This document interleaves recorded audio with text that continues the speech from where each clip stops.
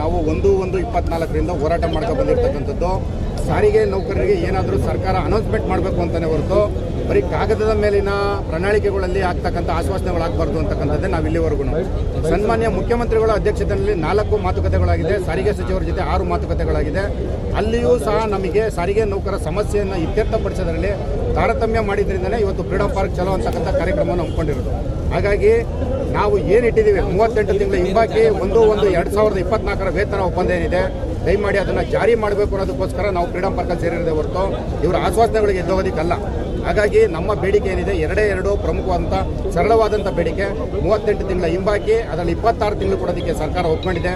ಉಳಿದ 12 ತಿಂಗಳು ಮತ್ತು 1/3/25 ಅಂತಕ್ಕಂಥದ್ದು ಅದು ನಮ್ಮ ಬೇಡಿಕೆ ಅಲ್ಲ. 1/1/24ಕ್ಕೆ ನಮ್ಮ ವೇತನ ಪರಿಷ್ಕರಣೆ ಮಾಡಬೇಕಾಗಿರ್ತಕ್ಕಂಥದ್ದು. 1957ನೇ ಇಸ್ವಿಯಿಂದ ಸಾರಿಗೆ ಸಂಸ್ಥೆಯಲ್ಲಿ ಪಾಲನೆ ಮಾಡ್ಕೊಂಡು ಬಂದಿದ್ದಾರೆ. 4 ವರ್ಷಕ್ಕೊಂದ್ಸಲ ವೇತನ ಪರಿಷ್ಕರಣೆ ಅದನ್ನು ಬಿಟ್ಟು ಸುಮ್ಮನೆ ಅನ್ಯ ಮಾರ್ಗಗಳನ್ನ ಮಾಡಿಕೊಂಡು ಮತ್ತು ಸರ್ಕಾರನೇ ಸಹ 4 ವರ್ಷದ ವೇತನ ಪರಿಷ್ಕರಣೆಯನ್ನು ವೈಲೇಟ್ ಮಾಡ್ತಕ್ಕಂಥದ್ದನ್ನು ಯಾವುದೇ ಕಾರ್ಮಿಕ ವರ್ಗ ಅದನ್ನು ಒಪ್ಪೋದಿಲ್ಲ. ಹಾಗಾಗಿ ನಮ್ಮ ನಿಲುವಿನಲ್ಲಿ ಯಾವುದೇ ಕಾರಣಕ್ಕೂ ಬದಲಾವಣೆ ಅಂತಕ್ಕಂಥದ್ದಿಲ್ಲ ಸರ್.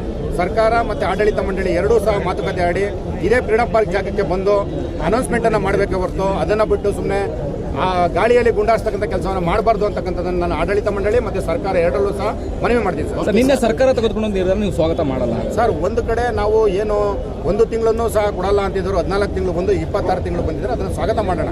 ನಾವೇನು ಹೇಳ್ತೀವಿ, ನಮ್ಮನ್ನು ಮುಕ್ತವಾಗಿ ಕರೆದು ಮಾತುಕತೆ ಆಡೋದ್ರ ಮುಖಾಂತರವಾಗಿ ಇದಕ್ಕೆ ವಿಷಯನ ತಿಲಾಂಜಲಿ ಮಾಡಬೇಕಂತ ಕೇಳ್ಕೊತಿದ್ದೀವಿ. ಆದರೆ 1/1/24 ಅಂತಕ್ಕಂಥ ವಿಚಾರ ಏನಿದೆ ಅದರಲ್ಲಿ ರಾಜಿ ಅಂತಕ್ಕಂಥ ಇಲ್ಲ ಅಂತಕ್ಕಂಥ ಹೇಳ್ತೀನಿ ಸರ್ ನಾನು.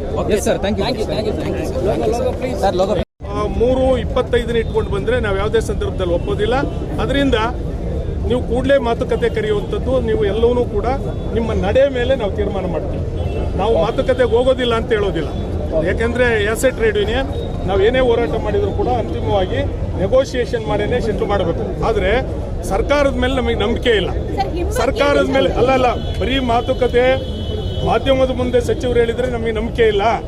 ಯಾಕೆ ಅಂತ ಹೇಳಿದ್ರೆ ಇದು ಮೊದಲನೇ ಸಲ ಅಲ್ಲ.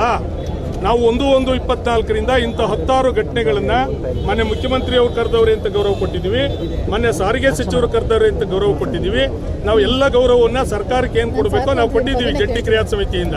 ಆದರೆ ಅವರು ಈಗಲೂ ಬರೀ ಭರವಸೆ ಮೇಲೆ ಏನಾದರೂ ಬಂದರೆ ನಾವು ಖಂಡಿತವಾಗಿ ಒಪ್ಪೋದಿಲ್ಲ. ನಮ್ಮ ಕಾರ್ಯಕ್ರಮವನ್ನು ಮುಂದುವರಿಸ್ತೀವಿ.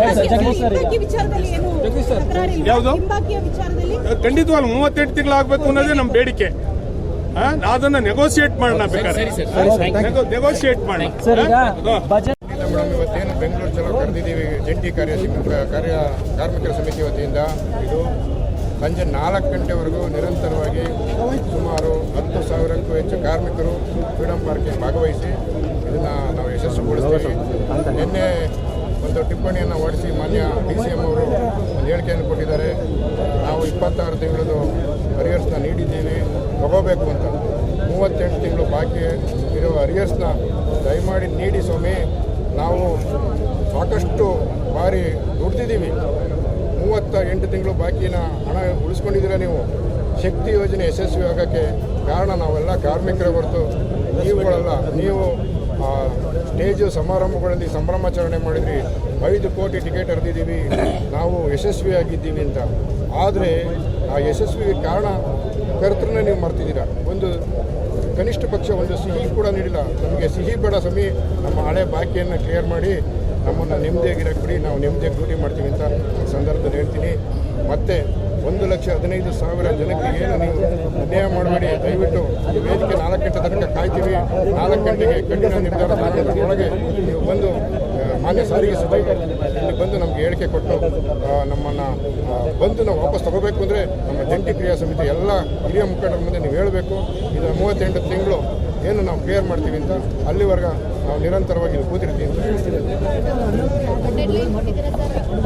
4 ಗಂಟೆ ಒಳಗೆ ಕೊಟ್ಟಿದ್ದೀವಿ. ಪ್ರಸ್ತುತ ಕರೀತಾ ಇದ್ದಾರೆ ನಮ್ಮ ಜಂಟಿ ಕಾರ್ಯ ಸಮಿತಿ ಹಿರಿಯ ಮುಖಂಡರುಗಳೆಲ್ಲ ಬಂದಿದ್ದಾರೆ. ಹಾಗಾಗಿ 4 ಗಂಟೆಗೆ